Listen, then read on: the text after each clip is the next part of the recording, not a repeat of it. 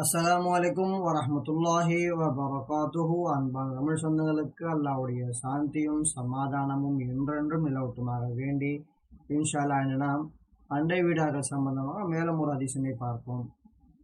இன்றைக்கு ஹதீஸ் புகாரி மற்றும் முஸ்லிம் இரண்டு கிதாபுகளிலும் உள்ளது. புகாரி 2463, முஸ்லிம் 3288. அறிவிப்பார் அலைஹிஸ்ஸலாம்.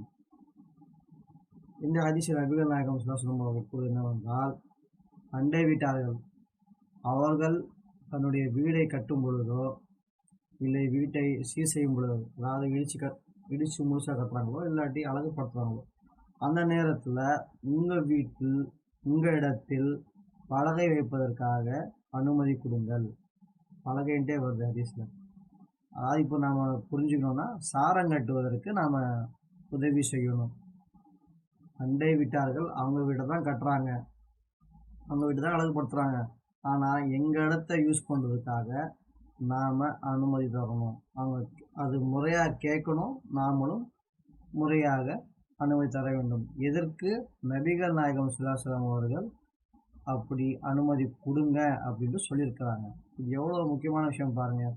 அதாவது பக்கத்து வீட்டுக்காரங்க அவங்க டெவலப் பண்ணிக்கிறாங்கன்னா நீங்கள் அதுக்கு துணையாக இருங்க அப்படின்னு சொல்லி சொல்கிறாங்க. அதே மாதிரி யார் வீடு கட்டுறாங்களோ, வீடு கட்டுவதற்கு உதவி செஞ்சாங்கல்ல, அவங்களுடைய இடத்த யூஸ் பண்ணிவிட்டு நாஸ்தி ஆக்கிட்டு போடக்கூடாது.